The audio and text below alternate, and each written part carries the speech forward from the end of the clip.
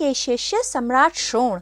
जब बुद्ध ने युवा सम्राट शोण को भिक्षु बनने की दीक्षा दी तो उनके अन्य अनुयायियों ने उन्हें चेतावनी दी कि शोण आध्यात्मिक पथ पर नहीं चल पाएंगे। उन्होंने बुद्ध को बताया कि सम्राट शोण सम्राटों का भी सम्राट है। वह भोग विलास, सुंदर महिलाओं और शराब के विलासितापूर्ण जीवन का आदी है। उनकी जीवन शैली से सम्राट भी ईर्ष्या करते हैं। बुद्ध ने कहा कि मैं जानता था कि एक ना एक दिन शोण भिक्षु बनेगा। दरअसल मैं उसे दीक्षा देने के लिए ही यहाँ आया हूँ। कुछ दिन रुको और आप भी सच्चाई देख पाओगे। जब भिक्षु पक्के रास्ते पर चलते थे तो शोण कांटों और झाड़ियों के बीच से चलता था।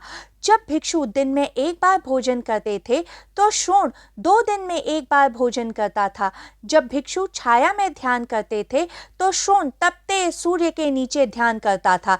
जब भिक्षु वस्त्र पहनते थे तो शोण केवल एक लंगोट पहनता था।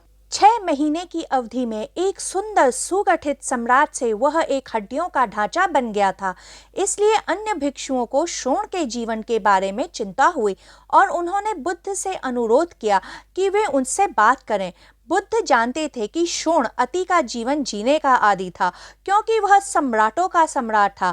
अब वह भिक्षुओं का भिक्षु बनना चाहता था। उसके लिए बीच में रुकना और संतुलित जीवन जीना कठिन था क्योंकि इसका मतलब उसके अहंकार की मृत्यु होती। तो बुद्ध शोण के पास आए और बोले, शोण, मैं आपसे कुछ पूछने आया हूँ। शोण, मैंने सुना है कि जब आप सम्राट थे तो आप एक निपुण वीणा वादक थे। तो क्या होता है जब आप अपनी वीणा के तारों को बहुत कसकर बांधते हैं? शोण ने उत्तर दिया, तार टूट जाते हैं। इस प्रकार कोई संगीत उत्पन्न नहीं होगा। बुद्ध ने पूछा, और जब आप तारों को बहुत ढीला बांधते हैं तो क्या होता है? शोण ने उत्तर दिया, जब तार ढीले बंधे होते हैं तो संगीत उत्पन्न नहीं होगा। सुरीली ध्वनि पैदा करने वाले तार ना तो बहुत कसे होते हैं और ना ही बहुत ढीले, बल्कि संतुलित तरीके से बंधे होते हैं। बुद्ध ने कहा, मैं आपको सिखाने आया था, लेकिन मुझे एहसास हुआ है कि आप इसे पहले ही समझ चुके हैं।